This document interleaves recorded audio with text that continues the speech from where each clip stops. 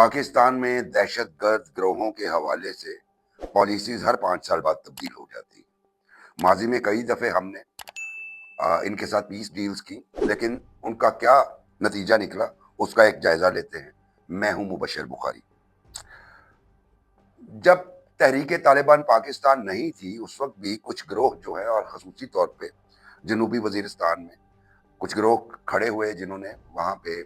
نہ صرف غیر ملکی دہشت گردوں کو پناہ دی بلکہ ان کی رجسٹریشن سے بھی انکار کیا، اور اس کے ساتھ ساتھ پاکستان کی سیکیورٹی فورسز خصوصاً آرمی پہ حملے جاری رکھے۔ وہاں پہ ہی ایک بڑا گلیمرس قسم کا اس وقت ایک دہشت گرد اٹھا، نیک محمد اس کا نام تھا، اور کمانڈر نیک محمد کے نام سے مشہور ہوا، اور اس نے بڑی دہشت پھیلائی، پاکستانی سیکیورٹی فورسز پہ حملے، اس نے جنوبی وزیرستان کو نو گو ایریا بنا دیا،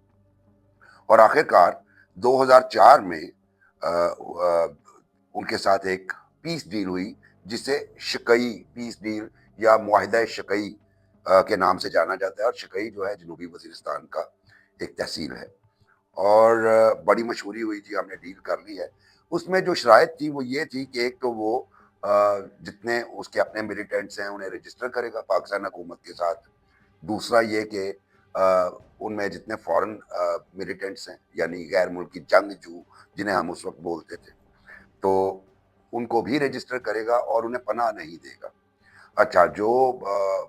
اس کی طرف سے جو قباحت آتی تھی وہ یہ کہتا تھا کہ یہ غیر ملکی جنگجو جو ہیں اب ہمارے رشتہ دار ہیں، یعنی یا ان کی لڑکیوں سے شادی کی یا انہیں لڑکیاں دی، ان میں سے ازبک تھے، عرب تھے، تو ایک ریلکٹنس تھی، اور تیسری تھی کہ وہ سیکیورٹی فورسز پہ حملہ نہیں کرے گا۔ بڑے دھوم دھڑکے سے یہ شکئی پیکٹ ہوا، اور یاد رہے وہ جو میں نے پہلے انٹرو میں کہا کہ ہر 5 سال بدل جاتی ہے۔ جب یہ شکئی معاہدہ ہوا اس وقت پاکستان جنرل مشرف کے زیر تسلط جو ہے وہ چل رہا تھا، اور وار آن ٹیرر بھی جاری تھی، یعنی وار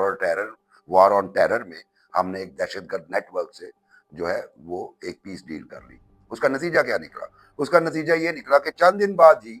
اس نے اس کا فائدہ اٹھاتے ہوئے مزید اپنا حلقہ اثر بڑھایا، اور اس کے بعد کہا کہ میں رجسٹریشن نہیں کروں گا، میں جو ہمارے فورن ملیٹنٹس ہیں انہیں رجسٹر بالکل نہیں کرواؤں گا، اور انہیں باہر بھی نہیں نکالوں گا۔ لیکن ایک ساتھ میں بہت خوفناک کام کیا، وہ یوں کہ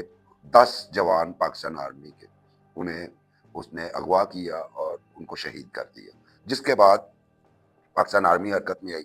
اور اس کو مار دیا گیا ایک اٹیک میں۔ کہا جاتا ہے کہ وہ اس زمانے میں ڈرون اٹیک تھا، لیکن میسائل حملہ بھی بولا جا رہا ہے۔ اس کے بعد وہیں پہ ایک اور ملیٹنٹ ابھر آیا اور مشہور ہو گیا، بیت اللہ محسود۔ 2005 میں نیک محمد کی جگہ پہ وہ آیا، اور اس نے آ کے وہی کاروائیاں شروع کی، اور اس کے ساتھ بھی جو ہے پاکستان نے 2005 میں ایک ڈیل کی جس کو سراروغا ڈیل کہتے ہیں۔ یہ بھی محسود قبیلے سے تھا۔ نیک محمد جو ہے وہ وزیر ٹرائب سے تھا۔ یہ محسود اور وزیر ٹرائب جنوبی وزیرستان میں 2 بڑے قبیلے ہیں جن کی آپس میں رائیولری بھی بڑی ہے، یعنی بڑی مخاصمت ہے۔ تو بیت اللہ محسود نے بہت سارے لوگوں کو پناہ دے دی ادھر، ان میں افغان بھی تھے، ازبکستان سے آئے ہوئے تھے، چیچن واریر تھے، عرب واریر تھے۔ 2005 میں حکومت نے اس کے ساتھ بھی ایک پیس ڈیل کر لی، اور اس میں یہ کہ وہ پاکستانی فورسز پہ اٹیک نہیں کرے، غیر ملکی دہشت گردوں کو پناہ نہیں دے گا، اور اس کے ساتھ اسے جو ہے وہ کچھ کنسیشنز دی گئی۔ لیکن نتیجہ کیا نکلا کہ چند دن بعد ہی اس نے انکار کر دیا کہ جی یہ غیر ملکی جو واریئرز ہیں، جنگجو ہیں، انہیں میں نہیں نکال سکتا، انہیں میں سرنڈر بھی نہیں کروں گا حکومت پاکستان کے سامنے، یعنی نہ وہ کہیں بھیجے گا نہ حکومت کے حوالے کرے گا، اور ساتھ ہی اس نے پاکستانی آرمڈ فورسز پہ حملوں کا سلسلہ جاری رکھا، جس کے بعد یوں ہوا کہ جب اسے اندازہ ہوا کہ اس کا انجام بھی نیک محمد جیسا نہ ہو، تو اس کے ساتھ بہت سارے گروپس اس نے اپنے ارد گرد اکٹھے کیے، اور اس نے پھر اس کے بعد تحریک طالبان پاکستان بنا لی، یعنی پہلی دفعہ تحریک طالبان پاکستان ہمیں نظر آتی ہے 2007-8 میں بیت اللہ محسود کی چھتر چھایا میں ایک امبریلا، اور آج بھی تحریک طالبان پاکستان ایک چھتری ہے جس کے نیچے 40 سے زیادہ گروہ کام کر رہے ہیں، اور اب وہ اپنا اس نے ڈسٹرکٹس بنا دی ہوئے ہیں پاکستان میں، اور ہر ڈسٹرکٹ کا ایک امیر اس نے مقرر کیا ہوا ہے، نور ولی محسود نے۔ بہرحال اس کے بعد چونکہ بیت اللہ محسود بہت زیادہ حملے کر رہا تھا پاکستان پہ، تو ایک میسائل اٹیک میں بیت اللہ محسود کو بھی ایلیمینیٹ کر دیا گیا، اور اس طرح سراروغا ڈیل بھی کوئی کارآمد ثابت نہیں ہوئی، یعنی 2 ڈیل شکئی، سراروغا فارغ۔ تیسری ڈیل جو ہم نے کی، ایک آپ کو یاد ہوگا، ملا ریڈیو کے نام سے شخص مشہور ہوا تھا، ملا فضل اللہ۔ یہ ایف ایم ریڈیو چلایا کرتا تھا سوات میں، اور اس نے وہاں پہ اپنی ایک فین فالوئنگ بنا لی۔ پھر اس کے بعد بیت اللہ محسود نے اسے سپورٹ کرنا شروع کیا، پھر اس نے شادی کر لی تحریک نفاذ شریعت محمدی مالاکنڈ ڈویژن میں مشہور ہوئی تھی، اس کے امیر تھے صوفی محمد، ان کی صاحبزادی سے، اور پھر اس نے سوات پہ قبضہ کر لیا۔ اب سوات پہ جب قبضہ کیا تو پھر ہم نے سوات ڈیل کی 2009 میں ان کے ساتھ، لیکن اس میں بھی یہی تھا کہ آپ ڈسمینٹل کر دیں گے یہاں سے، یہ جو گروپ ہے یہ سوات کا ایریا میں کوئی وہ اپنا نظم و نسق نہیں رکھے گا، اور یہاں پہ آپ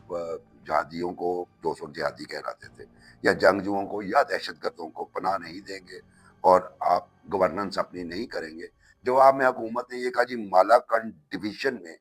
شریعت کورٹس ہم بنا دیں گے۔ اے این پی کی گورنمنٹ تھی، دیکھیے مجبوری کیا کہ لیفٹ کی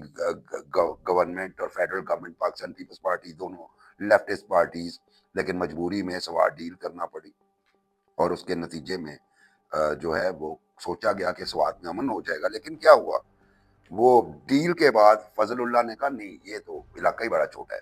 اور وہ بنیر بھی اس نے قبضے میں لے لی، اور وہاں پہ مزاروں کی بے حرمتی اور جو ہوا وہ داستان بتانا مقصود نہیں ہے۔ مقصود یہ کہ جو ہم پیس ٹاکس کرتے رہے ہیں، اس سے انہیں صرف فلرش کرنے کا موقع ملا ہے، ان گروپس کو انہوں نے اپنا دائرہ اثر بڑھایا ہے ان پیس ٹاکس کے نتیجے میں۔ تو اس کو میں ابھی آپ کو جو لاسٹ ایپیسوڈ ہے وہ بھی مینشن کروں گا۔ تو جب وہ بنیر پہ اس نے قبضہ کیا، اس کے بعد پھر پاکستان پیپلز پارٹی کی گورنمنٹ اور اس وقت کی ہماری ملٹری لیڈرشپ نے ڈیسائیڈ کیا کہ ان کے ساتھ گفتگو نہیں ہو سکتی، اور آپریشن راہ راست شروع کیا گیا، جس کے نتیجے میں سوات کو اور بنیر کو ان کے پنجوں سے آزاد کیا گیا۔ اسی آپریشن سے پہلے جب وہاں پہ ٹی ٹی پی نے قبضہ کیا تو ان کے اسپوکس مین ہوتے تھے مسلم خان، ان کا ذکر بھی آگے آئے گا کہ ان کا کیا بنا۔ تو ملا فضل اللہ اس آپریشن کے بعد افغانستان فرار ہو گیا، اور وہاں سے پھر وہ اپنا نیٹ ورک آپریٹ کرتا رہا، لیکن میرا سوات میں آ گیا۔ پاکستان پہ حملے پھر رک گئے، لیکن درمیان میں 2013 سے 2018 تک پاکستان مسلم لیگ نواز کی حکومت آئی، اور اس میں جب اسی حکومت میں حکیم اللہ محسود اور بیت اللہ محسود، ملا نذیر، ان کو جب ایلیمینیٹ کیا ڈرون سٹرائکس میں امریکہ نے، تو اس وقت کے وزیر داخلہ چودھری نثار علی خان صاحب، انہوں نے کافی برا منایا کہ ان کے ساتھ تو ہماری گفتگو جاری تھی، تو ان کو کیوں مارا گیا۔ تو اسی دوران ہم نے ریاست پاکستان نے ایک اور پالیسی بنائی جو کہ اگین بری ثابت ہوئی، وہ تھی good Taliban and bad Taliban کا کانسیپٹ۔ تو اس میں یہ کہ جنگجو ہوتا ہے، دہشت گرد ہوتا ہے، خواہ وہ آپ کے خلاف ہے یا نہیں ہے، وہ دہشت گرد ہے۔ تو وہ پالیسی بھی غلط تھی۔ 2021-2022 آ گیا، پی ٹی آئی حکومت میں آ چکی تھی 2018 میں، اور پی ٹی آئی کا جو سب سے زیادہ پاپولیرٹی تھی وہ کے پی میں تھی، جہاں پہ ان گروپس کی بہت زیادہ پریزنس ہے۔ یاد رہے کہ 2013 میں عمران خان اس وقت ایک ریلی لے کے وزیرستان گئے تھے کہ جب پاکستان پیپلز پارٹی، اے این پی اور ایم کیو ایم پہ بہت زیادہ حملے ہو رہے تھے۔ بشیر بلور صاحب کی اسی کیمپین میں 2013 کے الیکشن میں شہادت ہوئی۔ اس کے علاوہ ایک لمبی تعداد ہے اے این پی اور پیپلز پارٹی اور ایم کیو ایم کے ورکرز کی جن پہ اٹیک ہوئے اور وہ شہید ہوئے 2013 سے۔ لیکن جب عمران خان وہاں پہ لے کے گئے اپنا قافلہ، تو ایک پٹاخہ بھی نہیں چلا، اور یقین کیجئے کہ اس وقت کی ٹی ٹی پی کی جو لیڈرشپ تھی، انہوں نے ایک اخباری سٹیٹمنٹ کے ذریعے عمران خان کو سیکیورٹی آفر کی تھی۔ تو یقیناً جب 2018 میں پی ٹی آئی آئی تو انہوں نے کوئی آپریشن نہیں کرنا تھا، انہوں نے آپٹ کیا 2021-2022 میں اپنے حکومت کے اختتام سے پہلے کہ ان سے دوبارہ ٹی ٹی پی سے ایک پیس ڈیل کریں۔ اور انہوں نے، کیونکہ اس وقت